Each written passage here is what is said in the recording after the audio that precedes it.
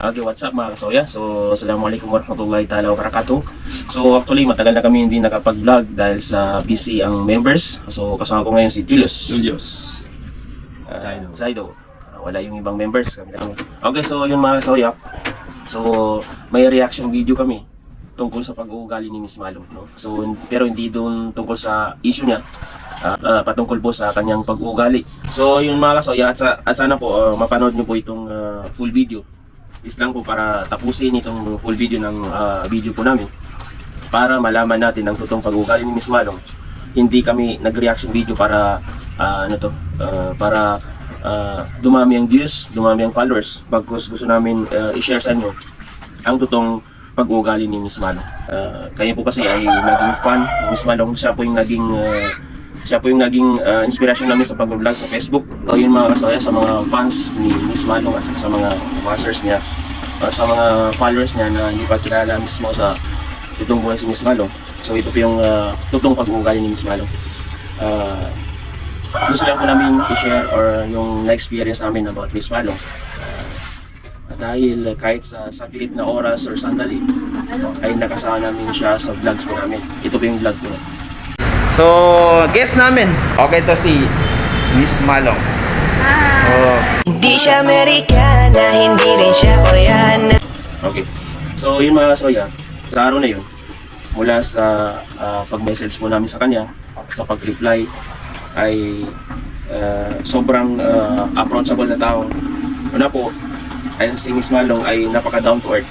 Kahit na sobrang sikat na niya nung time na yun, sa panahon na kung saan nag-collab po kami ay di pa kilalang vlogger, na muro vlogger.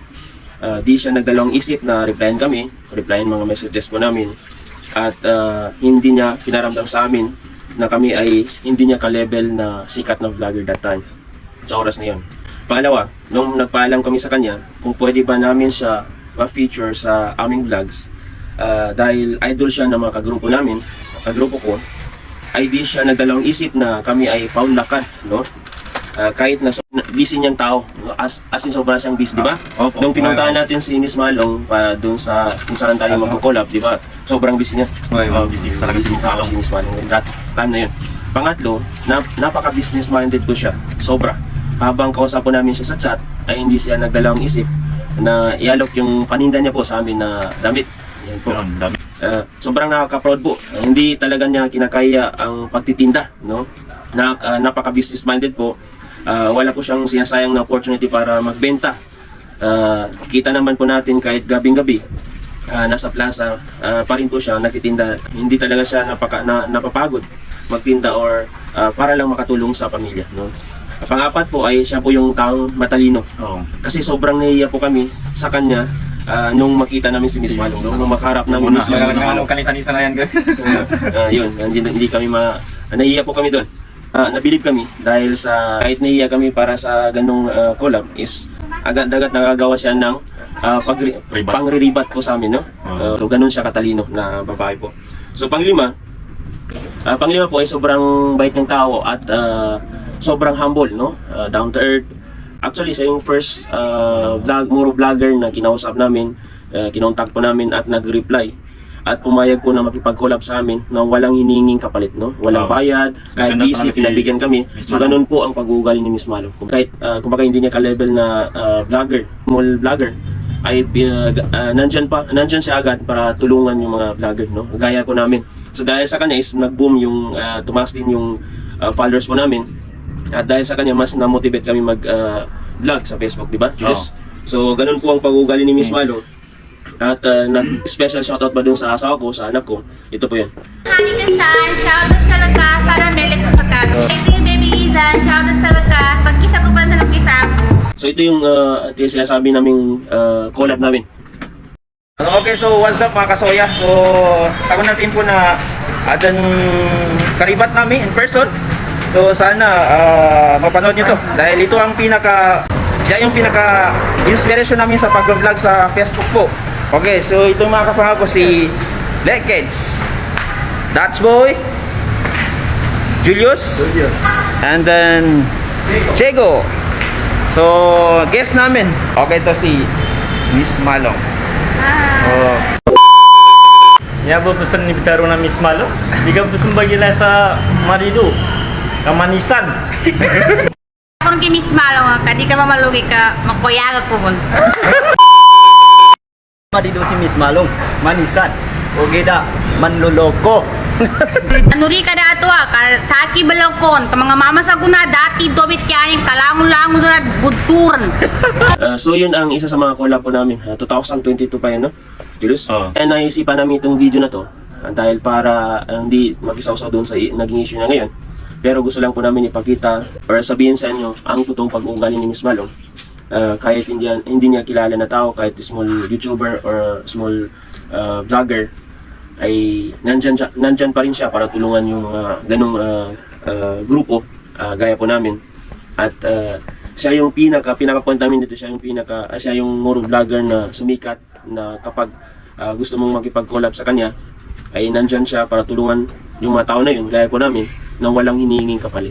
So ganyan po si Miss Malong, no? Mabait Ganun talaga si Miss Malong. Mabait, tapos mapagbigay, business-minded at matalino. Okay, so yun, ganun namin nakilala si Miss Malong at ganun talagang tutong pag-uugali ni Miss Malong. Okay, Jules, ano naman yung na-experience mo kay Miss Malong? Yung una, Muslim ka naman. kinapagilan ng Miss Malong, kina-collab kami sa Panakal, no? Na nandiyan kay mamu sa time. Dahil sa busy kids kanin. Busy kita tamo. Kaya mabait yung si Miss Malong sa nabisi na inipagilay kami ni Mamuro sa Alnor na o kayo mamamu rimibat sa kay Miss Malong na sobra kabait kit si Miss Malong na pinupangataw ni ugalinin na sobra kabait si Miss Malong sa kami. Agad-agad kayong pagka-isip sa ribat na para lang hindi Agad. di kami kayan. Hindi Kaya. kami kayan sa kanya. Subas kanina kaya bago namin po na pagila si Miss Malong na kaya yung kuha na kaya kayo mamu kay Miss Malong ka bago kayo na sikat po kayo na vlogger na sa kanya bago kayo na vlogger na sabay ni ribat kami ni Miss Malong na kami man nakapagila sa buwana. So doon namin nalaman ang totoong pag-uugali ni Miss Malong, di ba? Uy, Mabait ka niya. o ba mabait din si Miss Mapagbigay, Malong. matalino.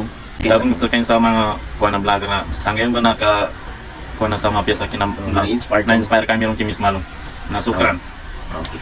So yun po, isa sa mga na-experience si Julius. Actually kasi wala dito si Dats Boy, si Jago at saka si Kids, no? So tanungin natin si Zaido. Go. So, alhamdulillah Miss Malong at so that time kinag-collab no sa mga tanggap ko sa Alnor na daw kasi makonotro kasi that time busy ako pero okay pun sa laki importante yan nagag-collab ng kay mga padkuan niya kasi katawan ko man sa buntal ko na mabay katawan tani mabait ka talaga Miss Malong isa madakal bunin na experience sa mga padkuan about sa collab no sa kanin tapos sa about sa mga ribatalanan na mapya ka pun talaga kapag itong ribatal isa di kayo makakasaga kasi ska matalino ka gid Mangang kagi makaisip sa ribatal. Tapos kami gabulong kayo pun mangantap sa ngay ribatal misal ka. Sa kami dobi kadaro namin ska agad-agad kang pagkasumpat. Man talaga kay masay ko. Matalino talaga si Miss Malong. About sa ugali na-inspire tang sar kanina. Oy, marakil gid na natutunan namin sir ka. Tapos about sa ugaling kami Miss Malong dan man tarukor kani nakape ugaling ka babay. Last na naman tarukor kami Miss Malong na sokrambo sa kinag-collab ng kasar kami. Agos ka pa ni noona na pag-collab sir kami. Dala bayad nin. Sukran talaga Miss Malong. Okay. Okay, so yun, ito ba'y katalo ng mga takapad ako si Zaido at saka si Julius. So yun mga kasoya, actually pinaka-point namin dito, ulit-ulitin namin ay yung pag-uugali ni Miss Malong sa mga tao. Kung gaano siya kabait na tao, katalino, bigay, matulungin, at business-minded. No? Bigay pa siya ng advice sa amin para sa vlogging. And then yun mga kasoya, sana po masuportahan po natin ang nag-iisang muro vlogger na matulungin, no? Si Miss Malong at saka sa mga kasama niya po, sa grupo niya. Nandiyan sila sa Lindoba, si Pakungkong, at saka yung iba, si Rina, si Rina. So yun mga Soya, sana po mag-collab namin ulit si Miss Malong, no? Team Soya. At ang pagbabalik ng Team Soya kasi matagal na kami hindi nakapag-vlog dahil sa busy kami lahat. Siguro by next week, no? May vlog na tayo, bagong vlog. Inshallah. Kasi maragal na may pa kami sa vlog ano eh. Sa YouTube. Susuportahan po natin ang YouTube channel namin, Team Soya, at saka Facebook page namin na Team Soya. So yun mga Soya, so kami ang ihanong vlogger na nagmula sa Bagodos, Cotabato City. Shout out sa chairman po namin dito sa Bagodos, Cotabato City. Walang iba kundi si Pad Racing. Okay, Shukran sa Palayga Interpurok Basketball Tournament Season 2 dito sa barangay po namin, Shukran Cup. At nakasali doon ng Team Soya, no? Pero talo. One lang, Talo. pawis lang. Kami yung Admin Warriors Oo. sa pamumuno ni Admin Munir, no? So, Shukran sa pag-lead po sa amin. So, yun po mga kasoya. At kung nagustuhan niyo yung video na to, please subscribe and follow Comment down below. Hit the bell. para update kayo sa lahat ng videos po namin. Team Team Soya. Soya. God bless. God bless.